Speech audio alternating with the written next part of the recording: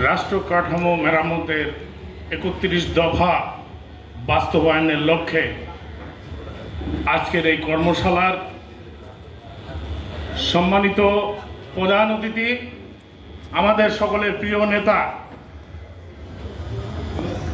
কেন্দ্রীয় বিএনপির ভারপ্রাপ্ত সভাপতি জনাব তারেক রহমান, আজকের এই কর্মশালা বিভাগীয় কর্মশালার মাধ্যমে আমরা এই ৩১ দফা বাস্তবায়নের যে কর্মসূচি আমরা গ্রহণ করেছিলাম, পেয়েছিলাম, তারই অংশ সকল ইউনিটে, বিশেষ করে অঙ্গ সংগঠনের সকল ইউনিটকে নির্দেশনা দেওয়ার পরে আমরা ইতিমধ্যে আমাদের সেই সকল অঙ্গ সংগঠনের আজকের এই কর্মশালার মাধ্যমে তারা যে জ্ঞান অর্জন দিয়ে আগামী দিনে আমাদের এই ৩১ দফা বাস্তবায়ন এবং সরকার পরিচালনার ক্ষেত্রে অগ্রণী ভূমিকা পালন করবে।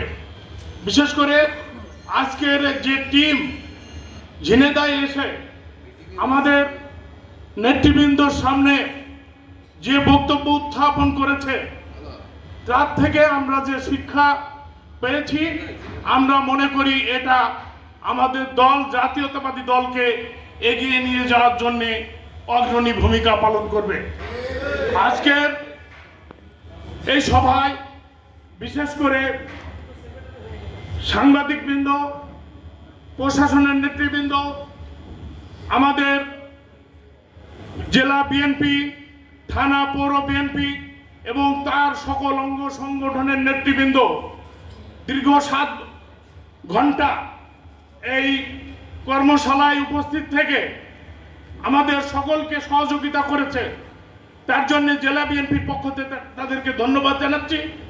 পাশাপাশি আমরা সৌভাগ্যবান এই জন্যই বলবো যে আজকের যে টিমটা আমরা ঝিনেদায় পেয়েছি, প্রত্যেকেই খুব সুন্দরভাবে আমাদের সামনে আগামী দিনের করণীয় কি সেই সম্বন্ধে তুলে ধরেছে।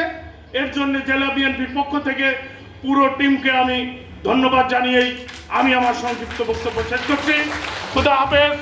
বাংলাদেশ জিন্দাবাদ, জাতীয়তাবাদী দল জিন্দাবাদ। সবাইকে ধন্যবাদ।